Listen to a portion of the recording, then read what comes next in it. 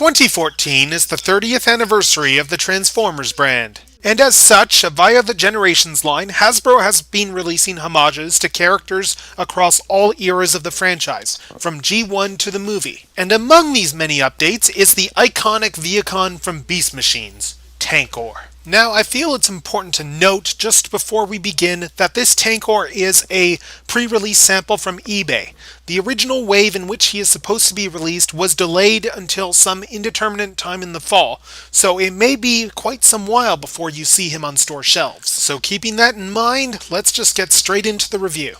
Now, Tankor's original figure was in fact not accurate at all to the show design, but the subsequent release in the basic class of the tank drone was in fact a very solid figure, possibly one of the best of the Beast Machines line, and the closest thing that we had to depicting the show design, which it did fairly well.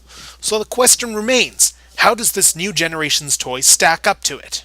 Sadly, the answer is not that great. The original had a far superior tank mode that was way more show accurate than this new one. The new tank mode suffers from a very gappy side, as you can see, as well as a gun that isn't nearly as good as the original's was, and that's not attached in that great of a way.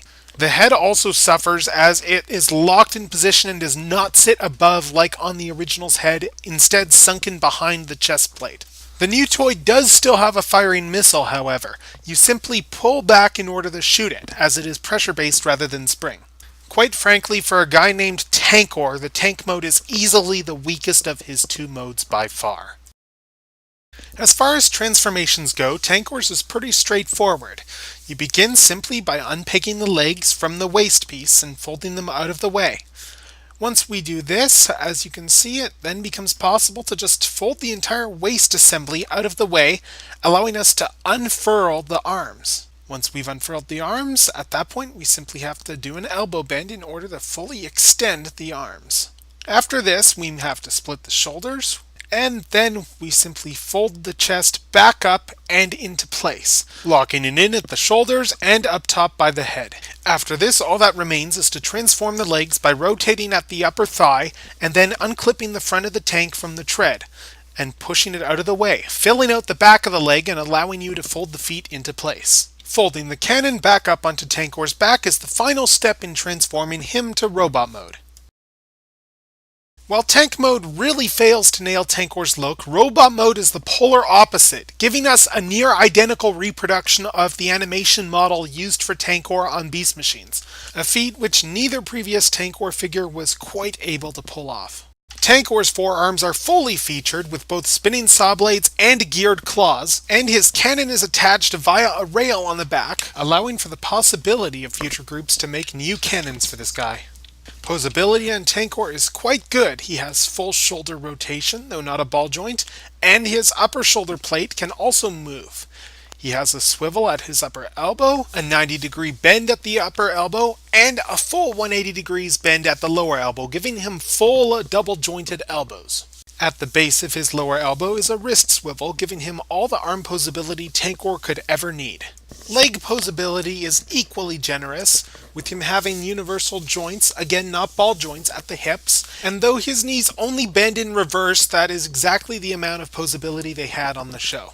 Neck posability is sadly limited as the swivel is blocked by the shoulders, and as a final bit of posability, his gun can flip up to emulate the attack mode seen on the show.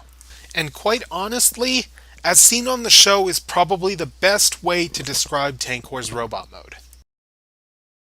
Ever since images of Generations Tankor first surfaced, fans have been debating whether or not this was a good update for the character or not, with the criticism McDonald's toy leveled against it many a time. And even ignoring that McDonald's toys aren't anywhere near where they were back in the late 90s, Tankor is most definitely not that. Even though he looks short in photos, in fact when you put him next to more recent Generations toys, it becomes evident that it is less that he is short, and more that he is stocky, with short legs as per his animation model design. And though a lot of people have called the new Generations toys cheap, Tankor does not skimp on the paint. His chest, shoulders, upper arms, hands, and lower legs all have quite a bit of it. Quite honestly, the only way to get more out of him size-wise would have been to make him a Voyager, and considering fandom reception of Beast Machines overall, I can see why Hasbro chose not to go that route. Though his tank mode is, well, quite honestly, pretty atrocious, Tankor's Robot mode is just simply, as a fan of Beast Machines, quite amazing.